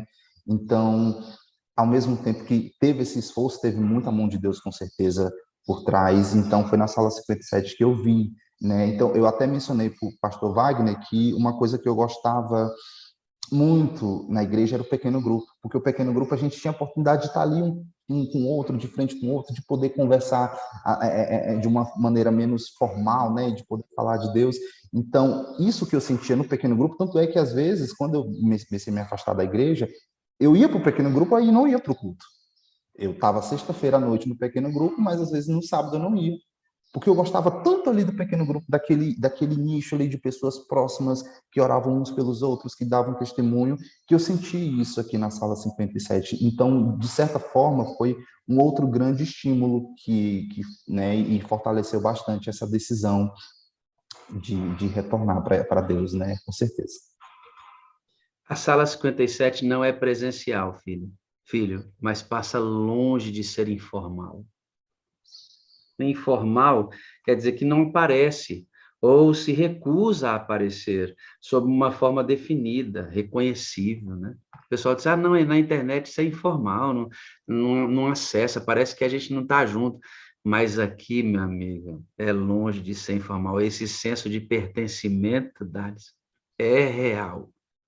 Quando a gente se encontra, mano, presencialmente, a sensação é de que a gente se conhece há muitos anos.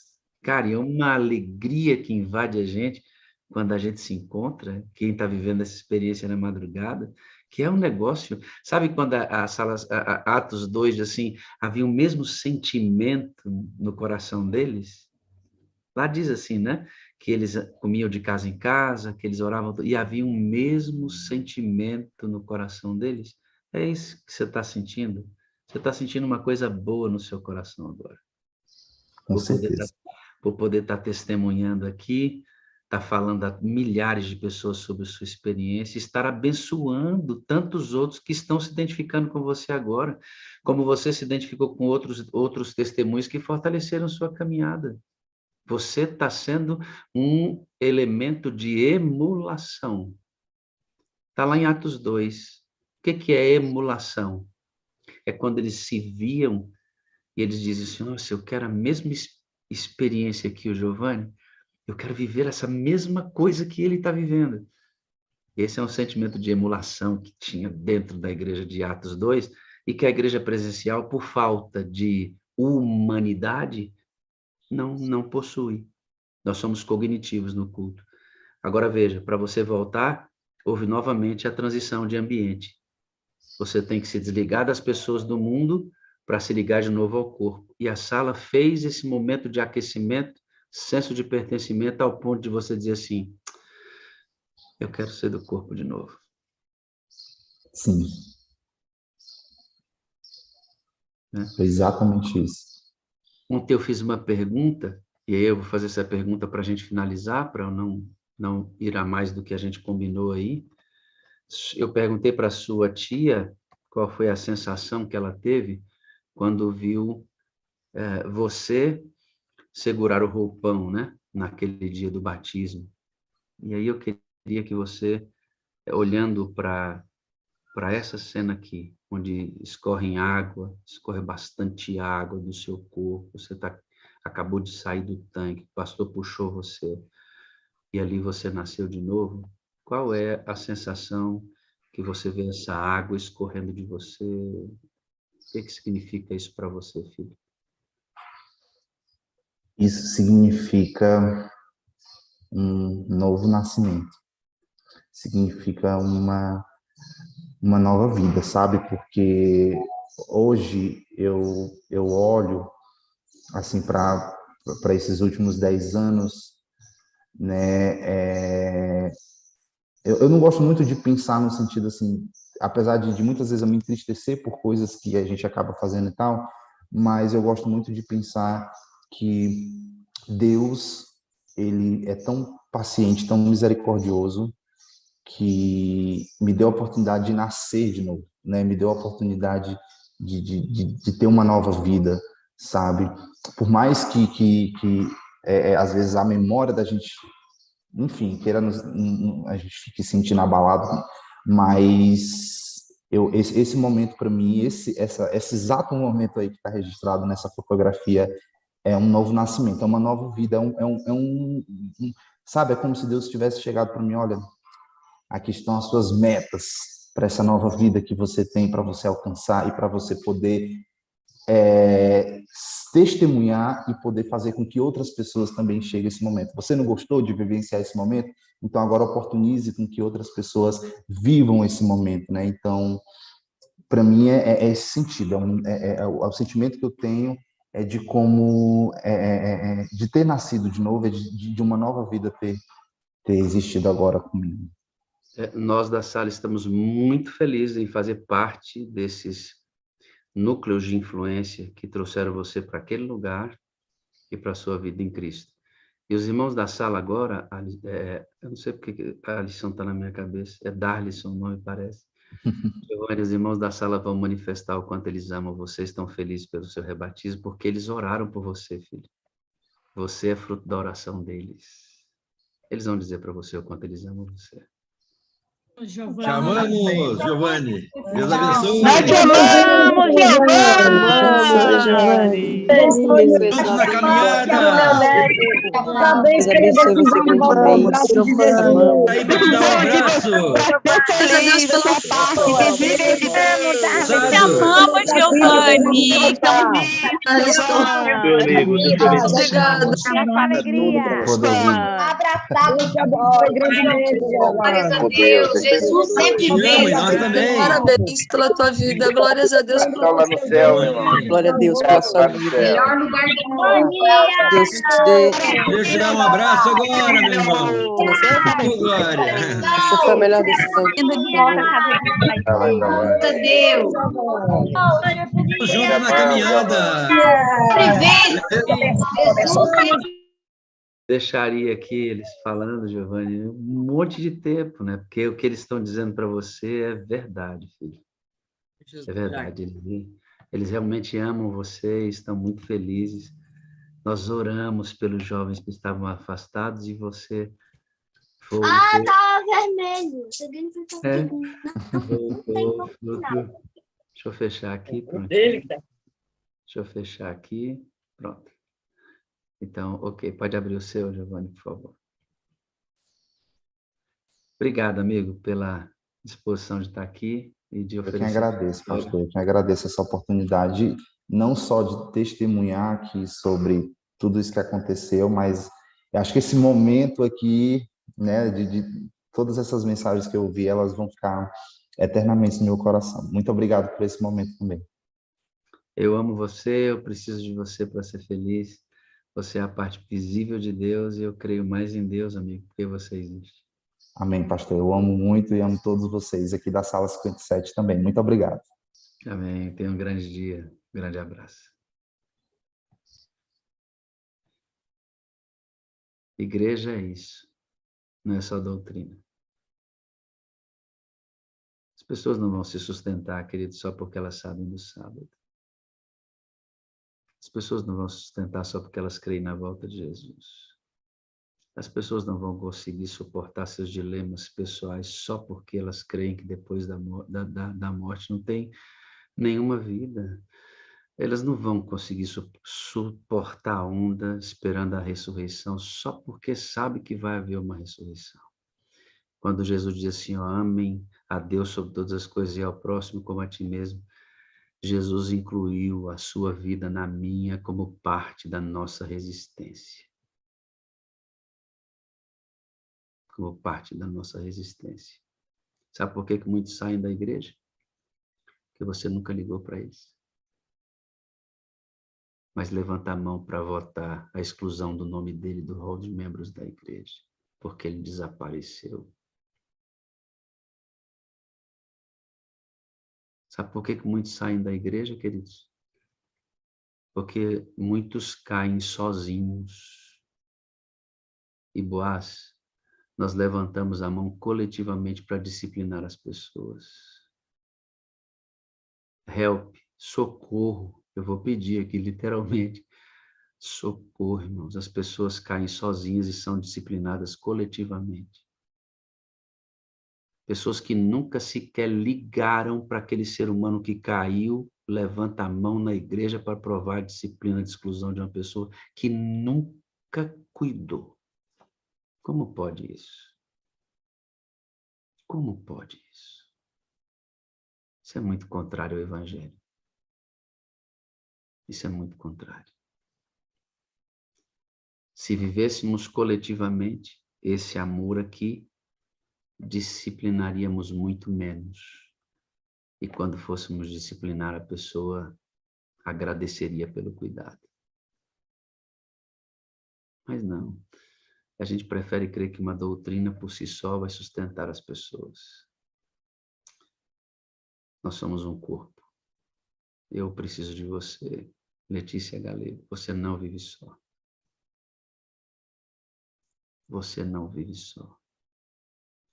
Ah, mas nunca me visitaram. Qual é o problema? Faça você a visita. Ah, nunca ligaram para mim. Ligue você. Nunca mandaram um áudio de oração para mim. Mande você. O pastor da minha igreja nunca me visitou. Visite você, o pastor. Comece. Comece. Provoque a onda do bem. Provoque o amor. Provoque isso. Eu tenho certeza que a sua vida e a vida de quem está mais próximo a você vai mudar. Provoque isso.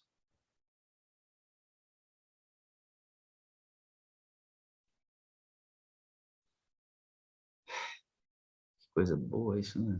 Eu tenho uma sensação tão boa quando essas coisas acontecem. Vamos orar? Pai eterno, obrigado pela reunião de hoje. Nos enchemos do teu Espírito. Clamamos pela chuva cerúlea mais uma vez. Agora vamos para mais um dia. E esse dia diz que estamos mais próximos da volta de Jesus. Agora vamos desaguar, Senhor. Vamos sair para falar de Jesus. Abençoe cada irmão desse que está cheio do Espírito Santo, a ser uma grande bênção onde estiver. Em nome de Jesus. Amém. Amém e amém. Bom, o link já está pronto. Eu vou disponibilizar o link agora mesmo para você. Por favor, compartilhe esse link e vamos avançar com o reino de Deus, tá bom? Bom que você esteve aqui e vai sair para proclamar o Evangelho eterno. Bom dia com alegria, irmão! Vambora! Bom dia! Bom dia, pastor Com alegria. Bom dia. Tu tá dentro do carro aí de boné, fazendo alguma coisa, assistindo a sala. É tu mesmo. Você tá na tela com a gente, varão. Bom dia com alegria, Ricardo. Bom dia, Bom amigo. dia. Opa, Tudo bem? tá aí no carro, varão? Graças a Deus. Tá Tô, filmando, tô, lindinho eu- fofinho. Trabalhando, amigo. Tô Já aqui. é essa hora, né? Deus te abençoe, Sim. Eduardo. Deus te abençoe. Amém, irmão. Bom dia, seja abençoado. Tenha um dia maravilhoso. Nós chamamos. Te amamos, Eduardo. Vocês não abriram meu vídeo até Dois, agora. Pastor Violino. 3, é hora de dizer tchau pra você. Com alegria, pastor. Bom dia com alegria. Tudo bem? Reunião de conselho, Hoje à noite. Olha o pastor Cada também, pastor. um tem